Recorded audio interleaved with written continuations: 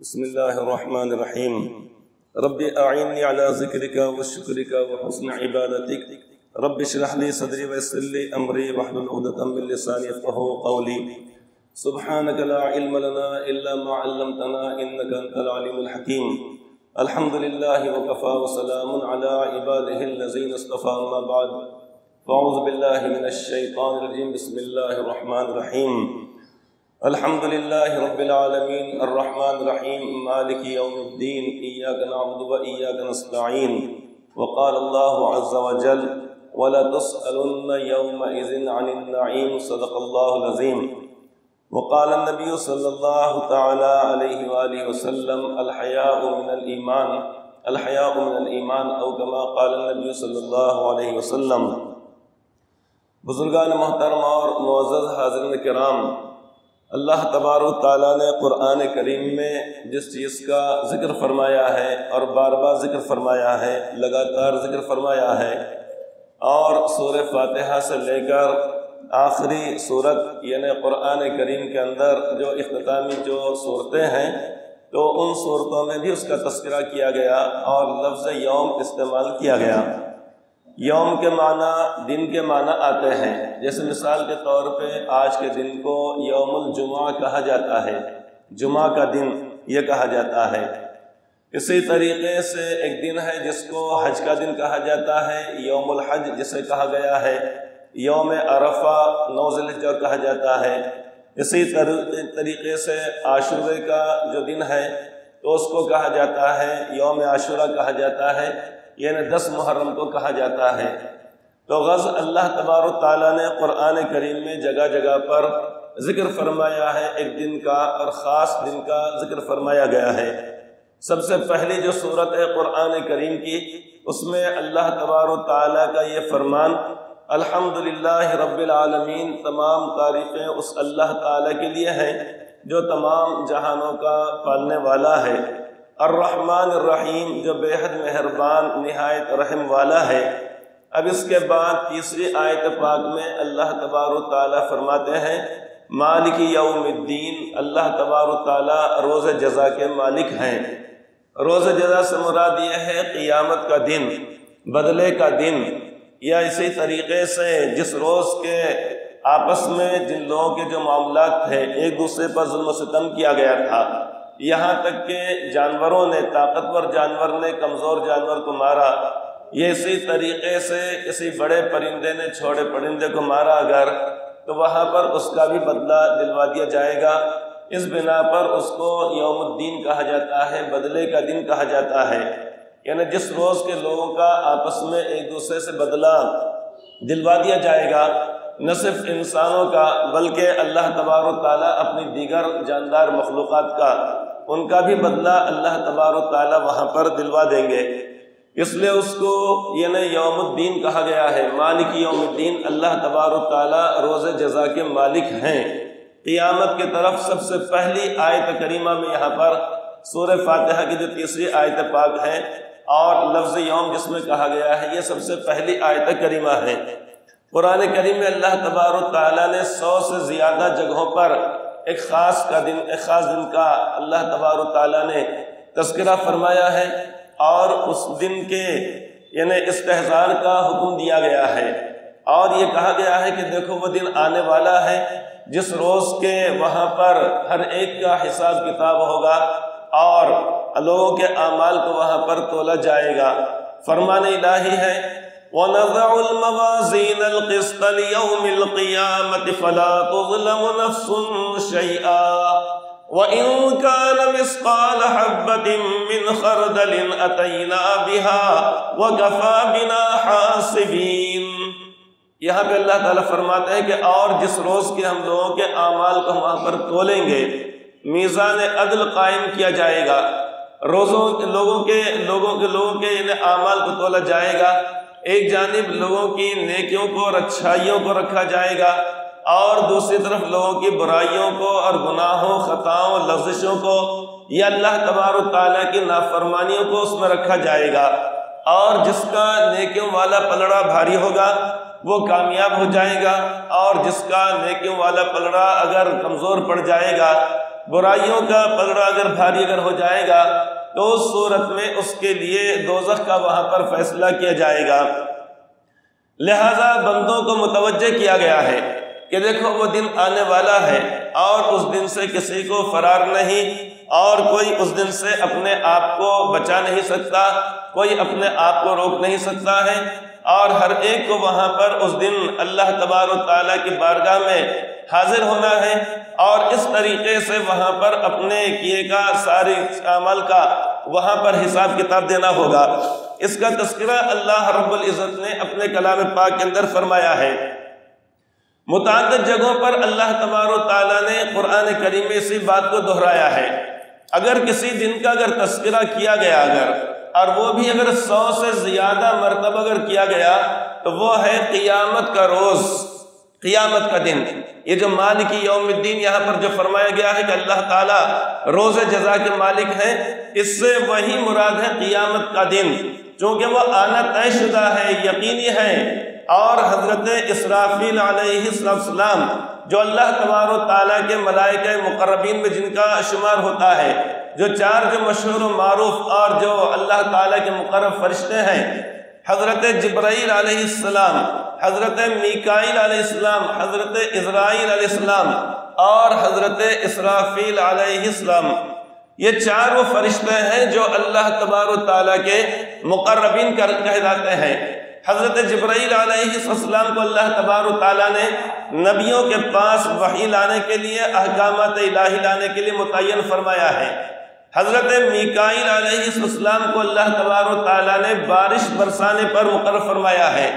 جب اللہ تبارک و تعالیٰ کا حکم ہوتا ہے اور جہاں کہیں کے لیے حکم ہوتا ہے تو آپ وہاں پر اس علاقے کے اندر، اس بستی کے اندر بارش برساتے ہیں، اور جہاں پر نہیں ہوتا ہے لہٰذا وہاں پر بارش نہیں ہوتی ہے۔ اب چاہے لوگ کچھ بھی کہتے رہیں کہ یہاں پر یہ پانی پڑا، وہاں پر ہوا، فلاں ہوا، وہ لوگوں کے اپنے اعمال کی بنا پر اور اللہ تبارک و تعالیٰ کے حکم کی وجہ سے ہوتا ہے، تو ان کو اس بات پر مقرر کیا گیا ہے۔ اسی طریقے سے حضرت عزرائیل علیہ السلام کو مقرر کیا گیا ہے لوگوں کی جانیں اور لوگوں کے روحیں قبض کرنے کے لیے۔ حضرت اسرافیل علیہ السلام کو اللہ رب العزت نے پابند کیا ہے، متعین کیا ہے، اور وہ اپنے ہاتھ میں وہ سور لے کر بیٹھے ہیں، کب اللہ تبارک و تعالیٰ کا حکم ہوگا اور کب اس میں پھونک مار دیں گے۔ وہ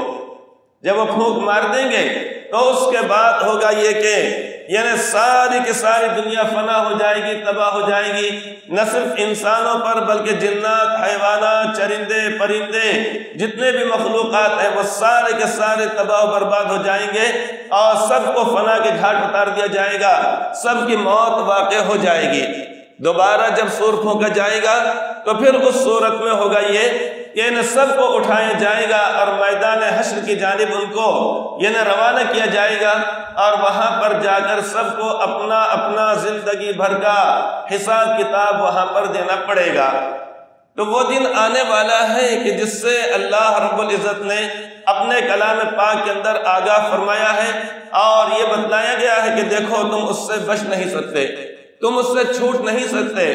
اور تم اس سے بھاگ نہیں سکتے، فرار اختیار نہیں کر سکتے ہیں۔ تو اگر کسی دن کا اگر ذکر کیا گیا اگر قرآن کریم میں تو وہ ہے قیامت کا دن کہ جس کا آنا طے شدہ ہے، یقین ہے۔ اس کے علاوہ اور یہاں پر دنیا کے اندر لوگوں کو حکم یہ دیا گیا کہ اللہ تبارک و تعالیٰ کے فریضے کو ادا کیا جائے، اس کو کہا جاتا ہے یوم الحج، حج کا دن کہا جاتا ہے، اور جو سارے اعمال اور افعال ادا کیے جاتے ہیں ان کو ایام حج کہا جاتا ہے، یعنی 8، 9، 10، 11، 12 یہ جملہ 5 ارکان ایام حج کہلاتے ہیں۔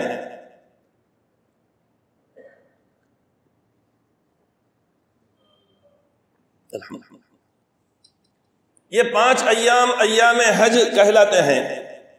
کہ جس میں اللہ تبارک و تعالیٰ کی عبادت اور بندگی ایک خاص انداز میں ادا کی جاتی ہے۔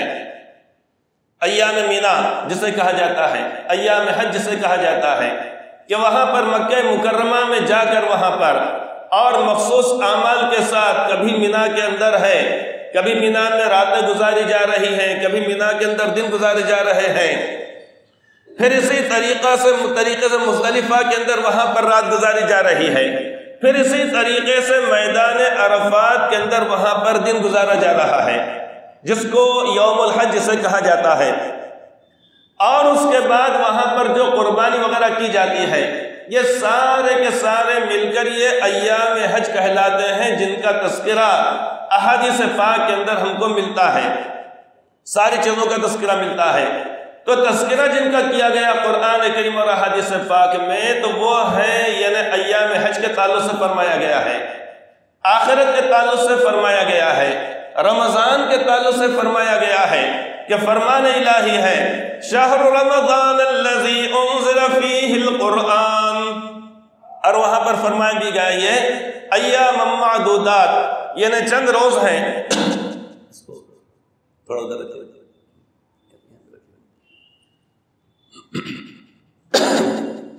ادھر خوشبو کے لیے رکھا گیا ہے تاکہ مسجد کو معطر کرنے کے احکامات ہیں۔ تو حکم یہ دیا گیا ہے کہ یعنی رمضان شریف کے روزے رکھے جائیں، اس کا ذکر اللہ رب العزت نے قرآن کریم میں فرمایا ہے، ایام معدودات جسے کہا گیا ہے۔ اسی طریقے سے اور چند چیزوں کا قرآن کریم کے اندر ذکر کیا گیا ہے، اور جتنے بھی ایام کا ذکر کیا گیا ہے ان تمام میں عبادت اور بندگی کا حکم ہے، عبادت اور بندگی کا۔ جیسے رمضان شریف کے جو ایام کا جو حکم فرمایا گیا ہے کہ ایام معدودات، کہ لوگوں اے ایمان والو یہ روزے کے جو دن ہیں گنے چنے ہیں، چند روز ہیں، زیادہ نہیں ہیں، صرف 1 مہینے کے ہیں، اس کے بالمقابل 11 مہینے کسی قسم کی کوئی پابندی روزوں سے متعلق نہیں ہے کہ لازمی طور پہ روزے رکھنا ہے۔ فضیلت وہ اپنی جگہ پر ہے کہ عاشورے کا روزہ ہے، 1 ذی الحجہ سے لے کر 9 ذی الحجہ تک کے روزے ہیں، وہ اپنی جگہ پر فضیلت ہے، لیکن لازمی طور پر کہ جن کو فرمایا گیا ایام معدودات، وہ صرف اور صرف یہ 1 مہینے کے روزے رمضان کے روزوں کے تعلق سے فرمایا گیا ہے، اس کا تذکرہ فرمایا گیا، یہ رکھنے کا حکم دیا گیا ہے۔ لیکن اس کے علاوہ اور چیزیں کرنے سے منع کیا گیا ہے۔ اہل ایمان کو جتنی بھی چیزیں ان تمام کے تعلق سے حکم دیا گیا ہے کہ اس میں عبادت اور بندگی ہونا چاہیے۔ جیسے آج جو دن ہے جمعہ کا دن ہے، ہفتہ اتوار پیر منگل بدھ جمعرات، اب یہ 6 ایام ہونے کے بعد 7واں دن جو آتا ہے وہ ہے جمعہ کا دن۔ اب جمعہ کے دن اور زیادہ عبادت اور بندگی کا اہتمام کرنے کا حکم دیا گیا۔ اللہ تعالیٰ کا جو فرمان ہے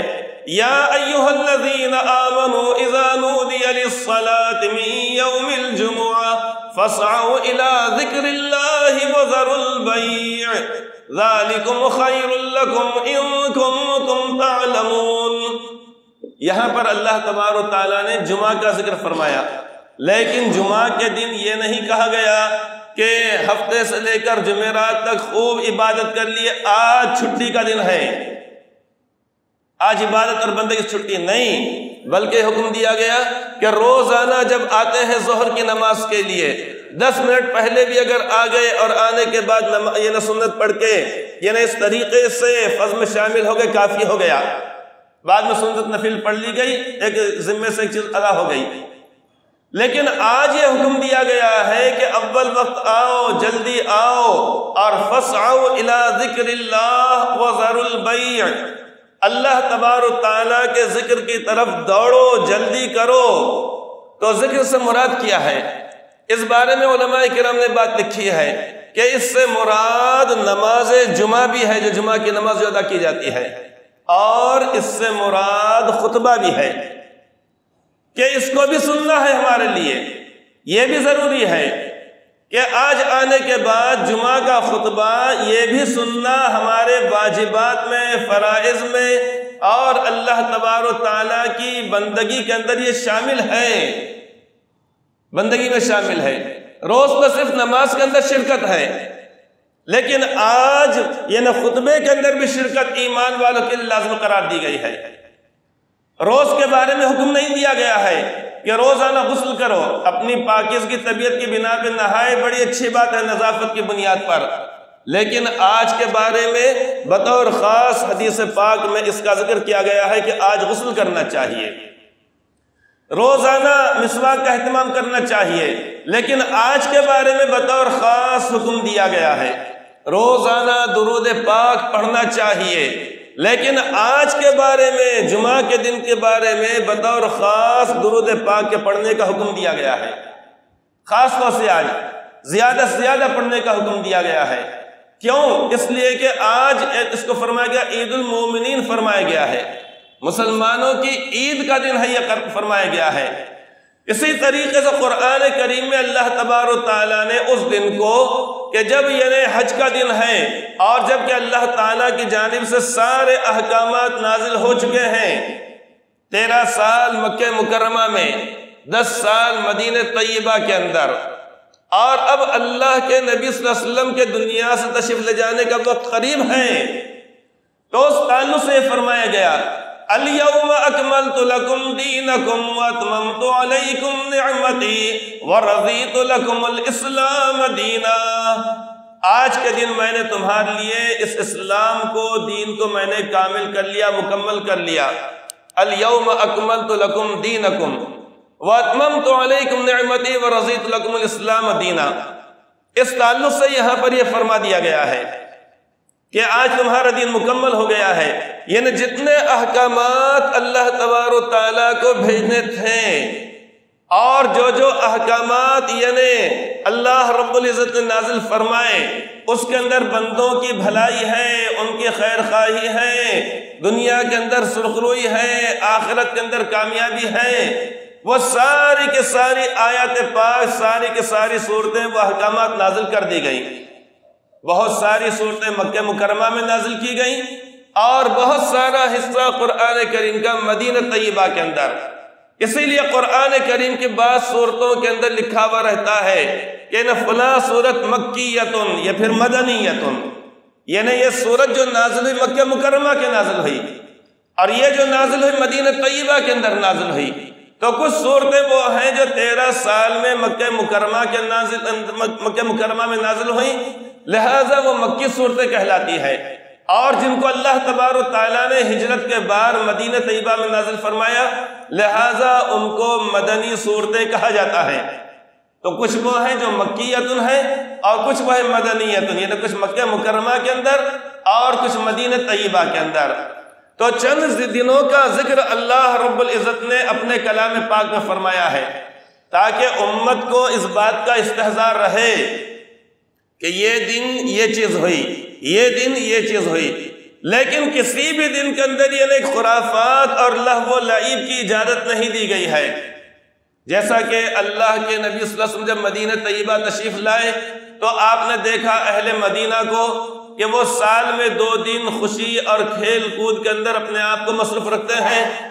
تو آپ نے معلوم فرمایا، آپ نے پوچھا ما ھذان الیومان تلعبون فیہما، کہ آخر یہ کیسے 2 دن ہیں کہ جس میں آپ لوگ یہ لہو و لعب اور کھیل کود میں مصروف رہتے ہیں؟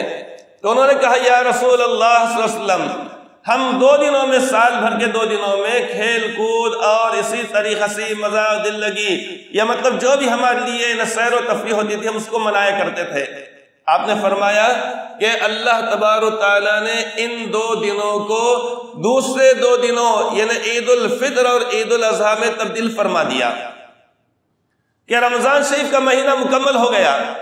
دن بھر بھوک اور پیاس کو اپنے یعنی برداشت کیا گیا، خواہشات سے انسان نے اپنے آپ کو روکا، اسی طریقے سے اپنے آپ کو آنکھوں کے، ہاتھوں کے، پیروں کے، دماغ کے اور اسی طریقے تمام اعضاء کے گناہوں سے اپنے آپ کو بچایا، حرام روزی سے اپنے آپ کو بچایا، زندگی بھر بچانے کا حکم دیا گیا ہے۔ اور شام میں اس نے حلال روزی سے افطار کیا، دن میں حلال چیزوں سے اپنے آپ کو بچایا، حرام سے تو زندگی بھر بچنا ہے ہی، لیکن جو پاکیزہ کمائی ہے ہماری، حلال کمائی ہے، اس کے ذریعے سے انسان جو کھانے پینے کی چیزیں لے کر آتا ہے یہ حکم دیا گیا ہے کہ رمضان مبارک میں دن میں کسی بھی وقت میں پانی کا ایک گھونٹ ایک گلاس تو بہت دور کی بات ہے، ایک قطرہ بھی پانی کا حلق کے نیچے نہیں اترنا چاہیے، نہیں اترنا چاہیے۔ اسی طریقے پیٹ بھر کے کھانا، سیر ہو کے کھانا، یہ تو بہت دور کی بات ہے، ایک لقمہ بھی بہت بڑی بات ہے، ایک معمولی سا تن کا بھی یا معمولی سا ایک جواری کا ایک دانہ، گیہوں کا ایک دانہ یا ایک لقمے کا 100واں حصہ بھی جان بوجھ کر اپنے حلق کے نیچے اتاریں گے تو پھر اس صورت میں روزہ ٹوٹ جائے گا، یہ حکم دیا گیا ہے۔ اور جب افطار کا وقت ہو جاتا ہے، ہو جانے کے بعد جان بوجھ کے ٹھہر جانا، رک جانا۔ ایک تو یہ ہے کہ احتیاط کر لینا کہ ابر کے دن ہے، بادل کے دن ہے، بارش کا موسم ہے، تھوڑا توقف کر لینا اور احتیاط کر لینا، یہ الگ چیز ہو گئی۔ لیکن یقین کامل ہونے کے بعد کہ سورج ڈوب کر 5 منٹ سے زیادہ وقت ہو گیا، لیکن پھر بھی اگر رک رہے ہیں، اس کو اگر تقویٰ سمجھا جائے گا، اس کو اگر بزرگی سمجھا جائے گا، تو کہا گیا ہے کہ یہ ٹھہرنا، رک جانا اور افطار نہ کرنا اپنے روزے کو مکروہ کر دیتا ہے۔ چونکہ اصل چیز اللہ تبارک و تعالیٰ کی اطاعت ہے، جہاں پر رکنے کے لیے کہا جائے وہاں پر رک جانا یہ اطاعت ہے، جہاں پر چلنے کے لیے کہا جائے وہاں پر چلنا اطاعت ہے، جہاں پر کھانے پینے سے منع کیا گیا وہاں پر کھانے پینے سے رکنا یہ اطاعت ہے،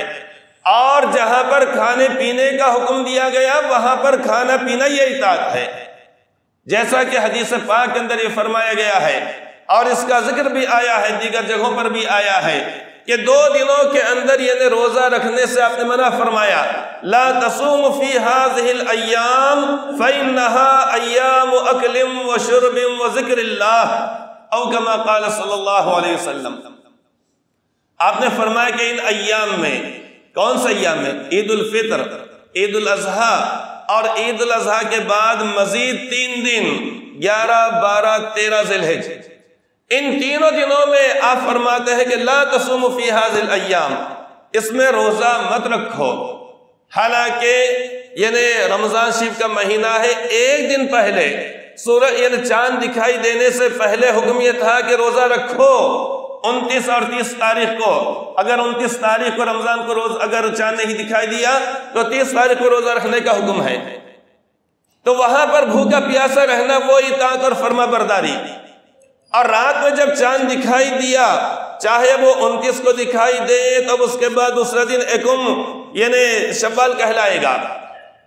اور اگر 30 کو اگر دکھائی دے، لہذا حکم یہ دیا گیا ہے کہ آنے والے دن کسی قسم کا روزہ رکھنا یہ جائز نہیں، بھوکا پیاسا نہیں رہنا چاہیے، بلکہ عیدگاہ کو جانے سے پہلے کھانے پینے کو مستحب اور مسنون یعنی پسندیدہ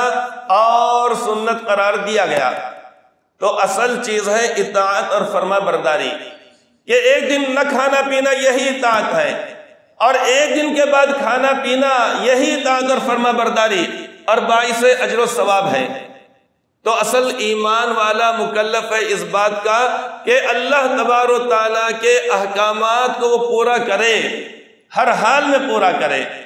قرآن کریم میں جیسا کہ میں بتلایا ہوں کہ چند دنوں کا ذکر کیا گیا، روزوں کے تعلق سے رمضان مبارک کا ذکر کیا گیا، حج کے تعلق سے ذکر کیا گیا، دین اسلام کی تکمیل کر دی گئی، اس کا ذکر کر دیا گیا۔ گزارش سبھی حضرات سے ہے کہ زیادہ سے زیادہ امداد فرمائیں۔ ان تمام چیزوں کا ذکر کیا گیا، لیکن سب سے زیادہ جو ذکر کیا گیا ہے وہ آخرت کے دن کا ذکر کیا گیا ہے۔ آخرت کے دن کا کہ سب سے پہلی آیت کریمہ آخرت کے دن کے تعلق سے سورہ فاتحہ کی 3ری آیت کریمہ کہ مالک یوم الدین، کہ اللہ تبارک تعالیٰ روز جزا کے مالک ہیں۔ اور بیچ میں پھر پہلے پارے میں کئی جگہوں پر، دوسرے میں، تیسرے میں، چوتھے میں، کوئی پارہ 30 پاروں میں سے ایسا نہیں ہے کہ جس کے اندر اللہ رب العزت نے ذکر نہ کیا ہو قیامت کا، الگ الگ انداز سے ذکر کیا گیا۔ اور اخیر میں سورہ تکاثر میں فرمایا گیا ہے وَلَتُسْأَلُنَّ يَوْمَئِذٍ عَنِ النَّعِيمِ، اللہ تعالیٰ فرماتے ہیں کہ اور قیامت کے روز تم سے ضرور ضرور اللہ تعالیٰ اپنی نعمتوں کا ذکر فرمائیں گے. وَلَتُسْأَلُنَّ يَوْمَئِذٍ عَنِ النَّعِيمِ یہ فرمایا گیا. اور پورے قرآن کریم میں 100 سے زیادہ جگہوں پر تذکرہ کیا گیا ہے قیامت کا. کیوں کیا گیا؟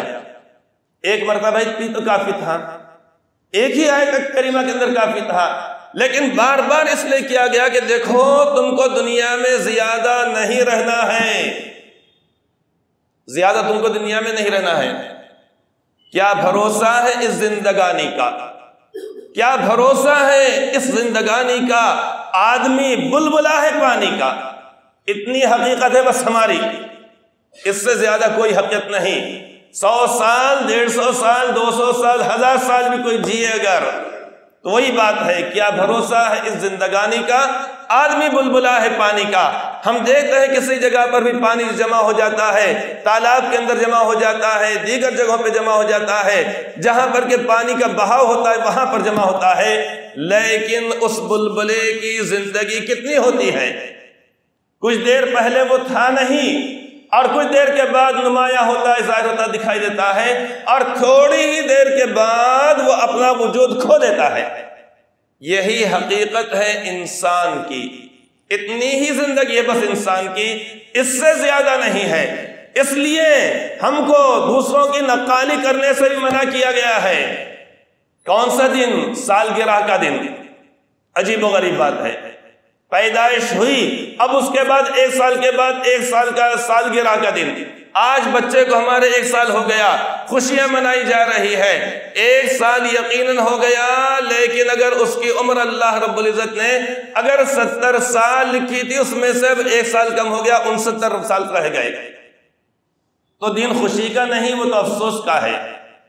یہ سالگرہ وہ سالگرہ، بڈھے بھی ہو گئے ہیں تو شادی کی بھی سالگرہ، کچھ لائق نہیں، سارے لائسنس سب ہو گئے، مگر بڑھاپے میں بھی ہے تو سالگرہ، شادی کی سالگرہ، اس کی سالگرہ، اس کی سالگرہ، یہ ڈے وہ ڈے، وہ ڈے وہ ڈے، یہ فلاں یہ فلاں یہ فلاں. کوئی اس کا مطلب یہ کہ اسلام کے اندر اس سے کوئی تعلق نہیں ہے. یہ غیروں کی نقالی ہے، یہ اوروں کی نقالی ہے، یہ اسلام کی تعلیمات نہیں ہے. اسلام نے جس دن سے منایا ہے، جس دن سے ترغیب دی ہے اور اس طریقے سے متوجہ کیا ہے، وہ قیامت کا دن اور آخرت کا دن ہے. اللہ تعالیٰ فرماتے ہیں وَأَنذِرْهُمْ يَوْمَ الْحَسْرَةِ، اور ڈرائیے آپ ان کو حسرت کے دن سے، پچھتاوے کے دن سے. یعنی انسان کو افسوس ہوگا، کیا میں نے کرنا چاہیے تھا اور کیا کر کے آیا میں دنیا سے؟ کرنا کیا چاہیے تھا مجھے اور میں کیا کر بیٹھا؟ مجھے اعمال صالحہ کرنا چاہیے تھا، مجھے اللہ تعالیٰ کی اطاعت و فرما برداری کرنا چاہیے تھا، مجھے شریعت مطہرہ کے مطابق زندگی گزارنا چاہیے تھا، لہٰذا میں نے نہیں گزارا، اس لیے آخرت میں پچھتاوا ہوگا. کفار مشرکین کو تو جانوروں کو دیکھنے کے بعد پچھتاوا ہوگا. فرمان الہی ہے، سورہ نبا کی آیت کریمہ ہے، 30 پارے کی جو پہلی سورت ہے کہ وَيَقُولُ الْكَافِرُ يَا لَيْتَنِي كُنْتُ تُرَابًا. جس وقت کے کفار مشرکین دیکھیں گے کہ جانوروں کے ساتھ، چرندوں پرندوں کے ساتھ کتنا اچھا معاملہ ہو رہا ہے، کہ کسی طاقتور جانور نے اگر کسی کمزور جانور کو مارا تو وہاں پر بدلہ دلوا دیا گیا اور دونوں کو مٹی بنا دیا گیا. کتنا شاندار معاملہ ہے، کتنی آسانی سے چھوڑ گئے، کتنے سستے میں چھوڑ گئے. وہاں پر کافر کو یعنی احساس ہوگا کاش کہ مجھے بھی مٹی بنا دیا جاتا، لیکن اس کی تمنا سے کچھ نہیں ہوگا، اس لیے کہ ان کو جہنم کے اندر جلنا پڑے گا، دوزخ کے اندر وہاں پر جلنا پڑے گا. اس لیے یہ بتلایا گیا، متوجہ کیا گیا کہ آخرت کے اوپر نگاہ رکھو. یہ چیزیں تمہارے لیے غیروں کی نقالی، اوروں کی نقالی تمہیں کام نہیں آنے والی ہے. دونوں کھڑیاں برابر ہو گئے کب سے؟ مجھے معلوم ہے شاید 5 منٹ ہے کہ آج کا دن رکی بھی چونکہ ایک اہم بات بتا رہا. تو بہرحال یہ بات بتائی جا رہی تھی کہ یہ ڈے وہ ڈے وہ ڈے، قیامت کا یعنی ہمارے پاس کی کوئی گنجائش نہیں ہے. یہاں پر یہ کہا گیا بس آخرت کے دن سے اپنے آپ کو بچاؤ، وہ دن آنے والا ہے. یہ جو کیا جاتا ہے کہ ویلنٹائن ڈے، یوم عاشقاں اور یوم محبت اور یوم الفت، اور آج جو ہے یہ باپ کا دن، ماں کا دن، بھائی کا دن، کہ لیبر ڈے، فلاں ڈے، یہ ڈے وہ ڈے۔ میں تو سمجھتا ہوں شاید اگر دنیا اگر 1000 سال اگر رہی اگر موجود تو اس کے بعد آنے والے 100-200 سال کے بعد لوگ بولیں گے ارے کیا بے وقوفت ہے، یوم احمقاں پورے دنوں کو ملا کے منا دو، بے وقوفہ کے دن یہ سارے کے سارے۔ اب کیا منائے جائے؟ بولیں گے نئے ڈے ہونا چاہیے، یوم پاگلاں، پاگل بولیں گے ہم نے کیا قصور کرے، ہمارا بھی ایک دن منا دیا جائے۔ کوئی کہے گا تیسری مخلوق جو ہے، تیسری صنف جو ہے وہ کہے گا ہم نے کیا قصور کرے، ارے بھائی ہمارا بھی ایک دن منا لیا جائے، فلاں بھی منایا جائے، فلاں بھی منایا جائے، فلاں بھی منایا جائے۔ حالانکہ اگر اس کو اگر دیکھا اگر جائے تو یعنی کتابوں میں اگر دیکھا اگر جائے تو مختلف واقعات ملتے ہیں، مختلف باتیں ملتی ہیں کہ کسی بادشاہ نے جو عیسائی بادشاہ تھا اس نے کسی مذہبی شخص سے ناراض ہونے کے بعد سزا کے طور پر اس نے جیل میں ڈال دیا۔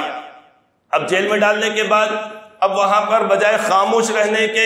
چین سے رہتا، پسا بھگت کے واپس آتا، وہاں پر وہ بولا یہ کیا کہ جو جیلر ہے اس کی بیٹی سے اس کا معاشقہ ہو گیا، وہاں پر ہو گیا۔ اب بادشاہ کو جب پتا چلا رہی تو الٹا ہی کام ہو گیا، لہٰذا اس کو پھانسی پر چڑھا دیا گیا، یعنی جیلر کی بیٹی سے اس کا معاشقہ ہو گیا، ہو رہا ہے دونوں میں عشق مسلسل۔ اب وہاں سے آیا تھا جرم کر کے جیل کے اندر، اب وہاں پر آنے کے بعد سزا بھگتنے کے بعد چلے جانا چاہیے تھا تو وہ نہیں ہوا، وہاں پر آنے کے بعد جیلر کی بیٹی سے معاشقہ ہو گیا، تو ہو رہا ہے دونوں میں عشق مسلسل، مرغی بھی چنچل مرغا بھی چنچل۔ اب دونوں کے دونوں وہاں پر عشق شروع کر دیے۔ اب اس کے بعد وہاں پر یہ ہوا کہ بادشاہ جب پتا چلا تو اس کے بعد دونوں کو پھانسی دے دی گئی۔ جب سے بے وقوفوں نے یوم عاشقاں منانا شروع کر دیا، یوم عاشقاں، عاشقوں کا دن اس طریقے سے، تو اسلام میں اس کی کوئی گنجائش، اس بات کو سمجھنا چاہیے۔ الحمدللہ امت محمدیہ اس بارے میں محتاط ہے، لیکن پھر بھی بعض مرتبہ معلوم ہوتا ہے چلو کیا ہونے والا، چلو یہ کر لیں گے، لہٰذا ہم نے اپنے آپ کو بچانا چاہیے۔ قرآن کریم میں جو ذکر کیا گیا وہ قیامت کے دن کے تعلق سے، اس پر ایمان والے کی نگاہ رہنا چاہیے۔ اللہ تبارک و تعالی ہم سب کو ایسی لہو و لعب سے اور خرافات سے، غیروں کی نقالی سے محفوظ رکھے، آمین ثم آمین۔